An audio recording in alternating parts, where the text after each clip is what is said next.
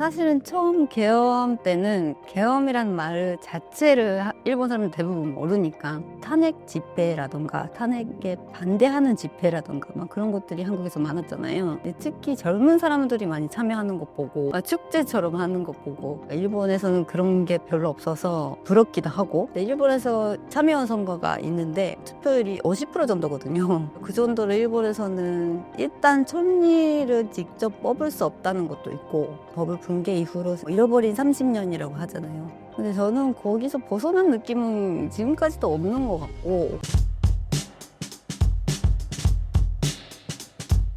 안녕하세요. 나리카와라고 합니다. 저는 일본에서 아사히신문에서 9년 동안 기자로 일을 하다가 2017년에 한국에 와서 동국대학교 대학원에서 한국 영화를 배우면서 프리랜서로 활동하고 있습니다.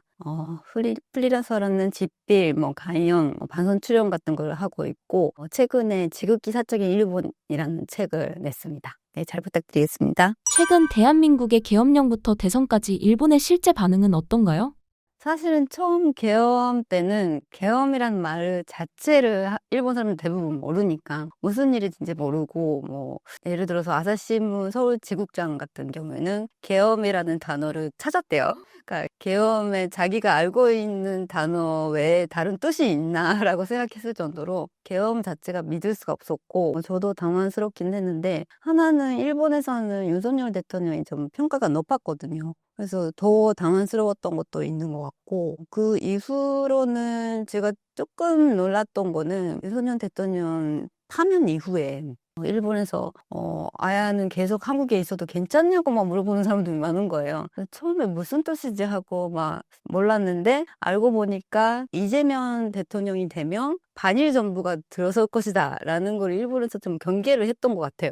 막상 대통령이 되면서부터는 그런 불안한 상황 지금까지 없고 좀 가라앉은 것 같은데, 일본 쪽에서 먼저 경계를 하는 것 같더라고요. 이게 조금 오해가 많은 것 같긴 한데, 민주당에 대한 오해인 것 같아요. 민주당이 반일이다라는 좀 그런 인식이 있는 것 같아요. 일본인들이 사회 문제에 대처하는 방식은 어떤가요?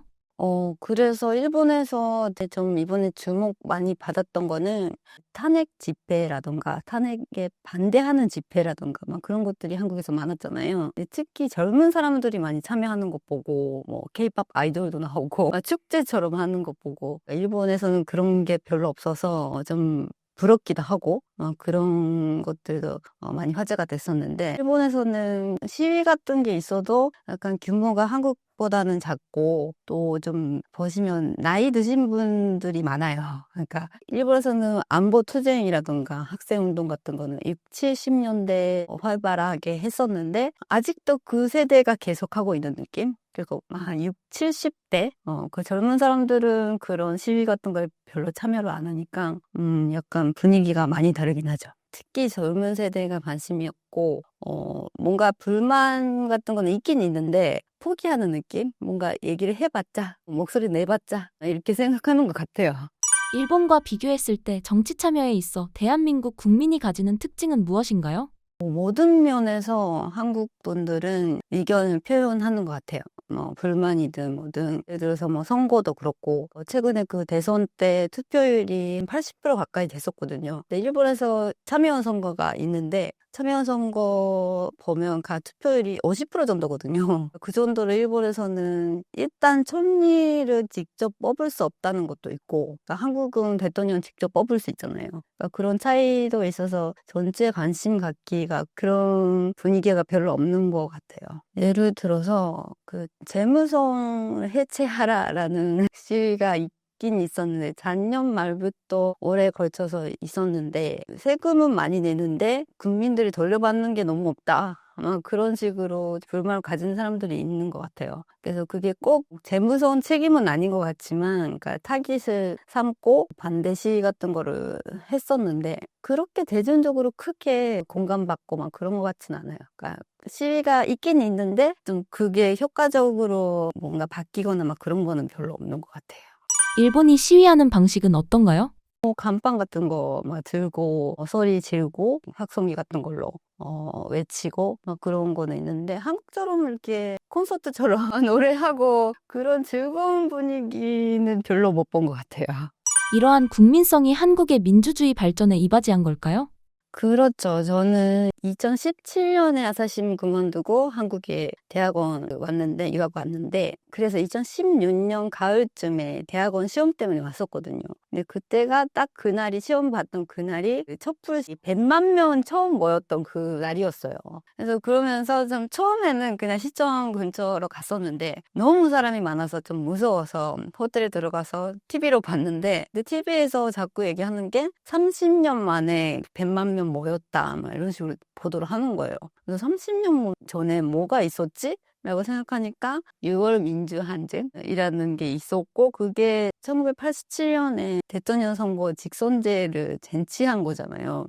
그런 역사가 있어서 또 그때 촛불 시위로 박근혜 정권 탄핵시키고 막 그런 것도 계속 젊은 세대가 30년 만에 다시 계승하고 선거원 체험을 다시 하는 거잖아요.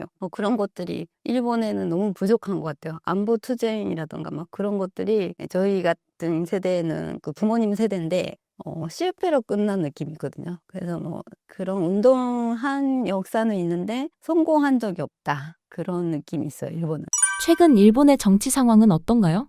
그래서 이게 한국에서 보면 계속 일본 사람들은 자민당을 이렇게 지지한다라고 볼 것 같던데, 실제로는 그렇게 적극적으로 지지하는 건 아닌데 대신 할 만한 야당이 없다는 거거든요. 그래서 소극적으로 결국 자민당이 된다는 느낌이고, 그래서 자민당이 그렇게 인기가 있는 건 아닌데, 제일 큰 계기가 아마도 저는 2008년에 아사시민에 입사했지만 2009년 선거 때 민주당이 정권 잡았거든요. 진짜 오랜만에. 거의 자민당이 계속 정권 잡았었는데, 그래서 그때는 기대가 컸어요. 민주당이 좀 뭔가 바꿀 수 있지 않을까라고 기대하고 투표했는데, 그 다음에 좀 운이 안 좋았던 거는 2011년에 동일본 대지진이 일어나면서 원전 사고도 있었고, 그러니까 뭔가 대처를 잘 못한 느낌이었고, 근데 그게 뭐 자민당이었으면 잘 대처했는지는 모르겠는데 결국은 뭐 자민당이 낫다 그런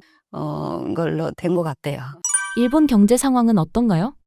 경제 상황은 1990년 버블 붕괴 이후로 잃어버린 30년이라고 하잖아요. 근데 저는 거기서 벗어난 느낌은 지금까지도 없는 것 같고, 계속 침체가 계속 되고 있는 것 같은데, 그게 결국은 저출산 고령화 문제가 계속 되면서 활기를 잃어가고 있는데, 지금 경제가 앞으로 발전한다거나 막 그런 기대감은 별로 없고, 제일 나쁜 일본이 침몰하고 막 그런 걸 좀 어떻게든 피해야지. 그 정도인 것 같아요.